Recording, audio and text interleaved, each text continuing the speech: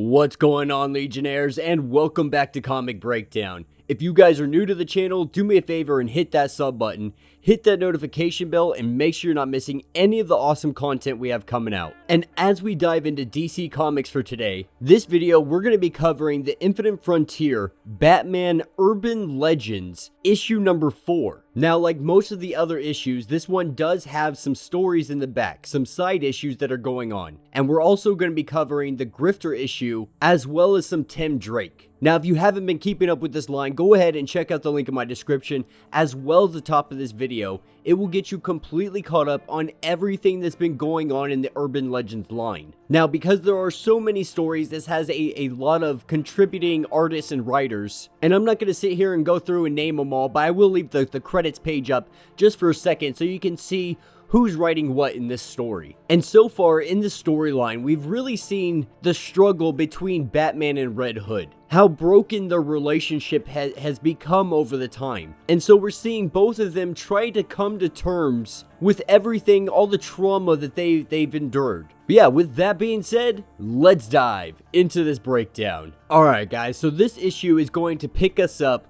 right where we left off. We're going to pick up with Jason Todd taking on Freeze. And so far, Freeze is winning this fight. Freeze had a trap set up waiting to catch a bat. Now this whole trap, it was set up to catch Batman, not knowing that it was going to be the Red Hood, but Freeze is going to take this anyway. And Jason Todd is doing his best to calculate what his best option is here, knowing that in these temperatures, his pistols probably aren't going to work. And so his best course of action is to do some good old-fashioned hand-to-hand combat. But luck is just not on his side, and we see him go falling through the floor because the ice has damaged the structural integrity of this floor. And with the Red Hood falling through the floor, this gives him the opportunity to get away. Freeze attempts to try to freeze him in place, but Red Hood is just quick enough to try to make it to another room. But he can feel the hypothermia kicking in, because right now this place is feeling like a freezer. It's sealed in just like one. And so all the temperature, this cold is not going anywhere. It's lingering and it's holding.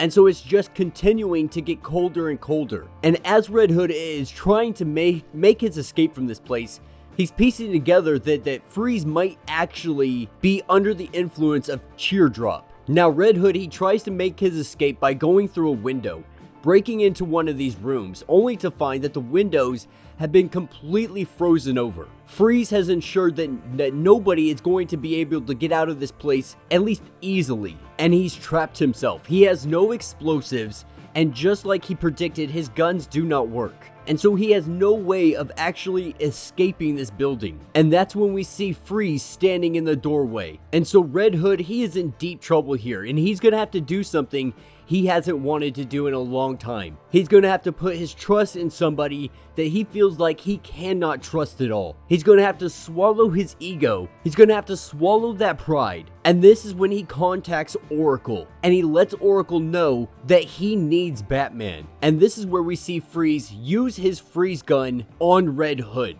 And the transmission goes out. Now, obviously, Oracle, she's panicking at this point, and she gets a hold of Batman. Now, Batman, he's across town currently investigating a girl who overdosed on Cheerdrop. But Oracle lets him know that Red Hood got in contact. That he got in contact and he did something. He asked specifically for Batman, and that he's in trouble, and it has to do with Freeze. And so we see Batman get the coordinates of where he needs to go, and he hauls it. He puts the pedal to the metal, and he's going to do whatever it takes to make sure nothing happens to Jason. And as Batman is making his way to him, he can't help but remember when the Joker tricked him. When Jason didn't listen, he thought about the day that he almost lost Jason Todd. That day, that guilt has weighed heavy on him for so long. But he doesn't live with that burden anymore, because what he's going to do is ensure that he stays alive. He's going to do whatever it takes to make sure that Jason lives and continues to live.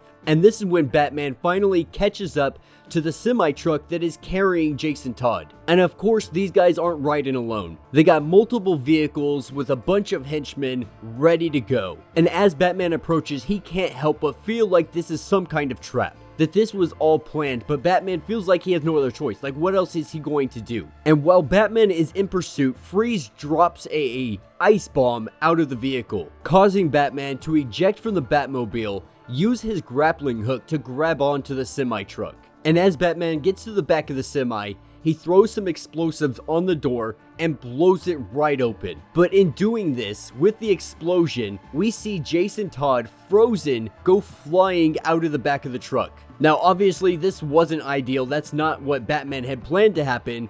But right now, he's out of the grips of Freeze. And so now he wants to focus on Freeze and bringing him down and bringing him to justice. But looking back to check on Jason and make sure he's okay, this is when he sees some of the henchmen stop their vehicle and they go to put a bullet in the Red Hood. And so Batman jumps into action, throwing one of his batarangs and jumping in and kicking these guys' butts. Now, of course, Batman is going to make light work of these henchmen. They're absolutely nothing in comparison to him. He throws them around like a bunch of ragdolls and goes over to check on Jason. And in that split second where he turns around to look at Jason, this is when Freeze comes up from behind, uses his gun, and freezes them both into place. And this is when we see the arrival of Cheer, the one responsible for this drug on the streets, the one that they've been trying to track down, the one that seems to have Freeze under his control. And that will end the Red Hood part of this story, which will bring us into our Tim Drake issue. Now, as we dive into this, we see Tim Drake sitting on the clock tower, and he's running a case right now. With Damian currently being out of town, he's essentially the Robin in town right now. But what he's been investigating is the disappearance of children. There's been 12 exact to go missing, and there's no connection between them. It all seems to be absolutely random. The only thing so far that's really united them has been their age. And as he sits up here, he gets in communications with Oracle. Now, Oracle wanted to get in contact because she's been having some difficulties with the computer system that he pretty much invented, the programming that he has set up. And what we see is our Robin multitasking in such a wonderful way. The whole time he's sitting here giving Oracle advice on how to fix the programming. Simultaneously, he's jumping down on these kids and they run away from him. And it's fair, you know, they think they might be in trouble for something. They have a superhero in a cape jumping down at them. They just take off. But Robin blasts some smoke and gets these kids to stop long enough to have a conversation with them.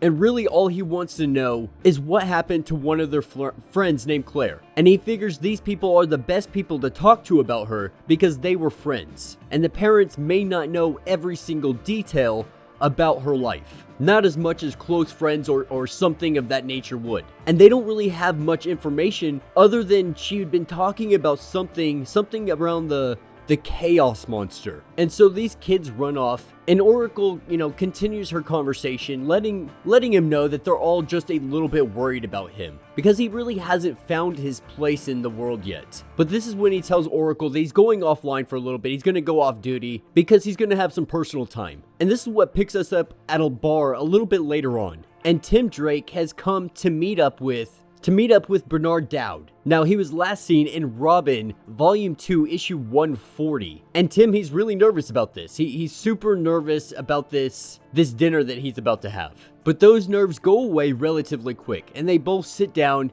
and they have some small talk. They get to know one another on a deeper level. And the dinner seems to be going really well. They're having great conversation, but it is quickly interrupted by a giant monster. A monster that has come to cause some chaos. And we can only assume that this is none other than the Chaos Monster. And Tim Drake doesn't waste any time. He goes charging in to fight this thing. Going in to punch it, he realizes very quickly that this guy is faster. Whatever it is, it's moving at a speed that he can't even get to. And we see Tim Drake knocked off his feet really quick. And we see the Chaos Monster do something to him. Seems like it's draining something from his body. And Tim Drake, he calls it chloroform powder. So this could be just seeping into him. Because we see Tim Drake slowly fall asleep. And as he drifts into the darkness, he slowly comes back. Waking up, he sees a police officer, and he immediately asks where his friend went, only to find out that the Chaos Monster took him. his friend has been added to the list of children that have been kidnapped, of teens that have been kidnapped. Now that's where Tim Drake will end, and that is where we pick up with Grifter. And it picks us up in Gotham City. And what we see is Grifter just getting his butt kicked by Deathstroke.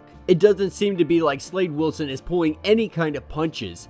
And in the middle of this fight, this is when Grifter gets a phone call. A phone call from Lucius Fox asking where he is and what he's been up to. And while he's on this conversation, Slade Wilson is just looking at him in utter confusion and tells him, just hang up, hang up. And so after he finally gets Fox off the phone, it's kind of like a unpause and they jump back into the fight. And Slade is just ringing him, throwing him left and right, beating the crap out of Grifter. But this is when we hear Cole tell him to make it look a little more realistic, to throw him into this room. And so it appears that this has all been staged, that this was all part of Grifter's plan. And after Deathstroke throws him into this building, he comes into the room taking his helmet off and asking him, what now? And so this was all a trick. It was all a hoax, because what he's trying to do is lure Batman in. And what better way to do that than have Grifter and Deathstroke fighting one another on the streets of Gotham? And so he has his trap set up, and now they just sit back and they wait for Batman to arrive. But little do they know, Batman is currently with Lucius Fox. But this is something that they don't know. They're completely unaware of this. And so while they're sitting here waiting, they're making wagers on if he's actually going to be able to catch Batman. And we hear the trap triggered, which means they caught somebody. And so Grifter goes over to the door, thinking that he's caught Batman. Talking into the speaker, he lets Batman know that he built this for him, to keep him locked in here. Now this is only something temporary because Grifter has some things going on that he doesn't want Batman messing up. And so Batman needs to stay clear, and he just needs to stay in this room just for the night, and Grifter will come back in the morning and release him. And as he's telling him all this, he's not hearing any sound from the other side. He doesn't hear any sound, but what he does see is a fist coming straight through the wall. Because what he caught was not Batman. What he caught was freaking Superman. Now Slade Wilson, realizing who this is that they got trapped inside of here, he bounces. He's done with this. He's not getting paid nearly enough for this. He takes off. And with some fancy maneuvering, Grifter, he's able to make his escape. And obviously Superman, he's not trying extraordinarily hard here. He's more frustrated than anything. He's like, every time I come to Gotham, something like this happens. Now on the other side of town, we have a bunch of henchmen that are breaking up the party that Lucius Fox and Bruce Wayne are at. And they come in and they immediately start taking charge of the entire situation. Now Bruce Wayne, he puts his hands up and he tells them that they don't need to hurt anybody else, that he'll go willingly. But they're not here for him. They're here to find Lucius Fox. Now Grifter on the other side of town has stolen a motorcycle, and he's doing his best to try to get away from Superman. And he's doing this by making a whole bunch of distractions that Superman is going to have to stop and save people or put out fires or whatever the case may be. And as Grifter is making his escape, he calls him for some backup, and we see him get teleported. But this teleportation goes very wrong. It works, but it works in the worst way possible. And on the other side, we see him come flying out and the motorcycle go tumbling. And so with the motorcycle in flames, Superman, hot on his tail, he whips out his pistols and starts shooting at the train tracks to be able to derail the train. Superman obviously having to stop for this and rescue the people. This gives Grifter enough time to be able to make another escape. But right now he's in a panic, because if that teleportation doesn't get back online, because currently it is off after what just happened, if it doesn't get back online, he can't make another jump and Superman's gonna catch him. It's only a matter of time of when at this point. Now back at the party, Batman is doing his best to try to take out all of these armed thugs that have made their way into the party. And even though he is doing his best to take out all of them inside, Lucius Fox has locked himself outside on the balcony and he's currently being held up. And before Leviathan's men can kill him, we see a sword go through the gunman. And that's when we see the Zealot, in all of her glory, slice these two gunmen like they are absolutely nothing, cutting through them like they are straight butter. And she lets him know that this is courtesy of Grifter, that he apologizes that he is running a little late, but he sent her to ensure that Lucius Fox would be safe. Now this is where we see Grifter on the top of a cab, trying to make his escape, for some reason shooting his gun at Superman like it's going to do anything. And as Superman inches in super close to him, almost grabbing him, this is where we see Grifter teleport, getting out of Superman's reach just in time. And then we're taken to a couple hours later, where Batman and Superman are sitting here discussing the best way to try to catch Grifter. Well, at least Superman's trying to talk to Batman about it, but Batman tells him that he needs to go home. He tells him that Grifter is his problem and that he's going to handle this on his own, that he needs to go back to Metropolis. And so with that, we see Superman fly off. And that will be the end of this issue. So let me know what you guys think down in the comments. Personally, I am absolutely loving this line. This has actually been one of my favorite things coming out of DC right now. I have always been a big fan of the struggling relationship between Jason Todd and Bruce Wayne. You know, there's always been that hostility between them, the animosity, the resentment, the guilt. There's so many emotions that these two are affected by. So much trauma these two are affected by. But what we see when all the cards are down, at the end of the day, they're always going to be there to be able to rely on one another. Batman will always do whatever it takes to make sure that one of his sons stays alive. But yeah, let me know what you guys think down in the comments. If you have not yet, do me a favor, hit that sub button, hit that notification bell, make sure you're not missing any of the awesome content we have coming out, and until the next breakdown.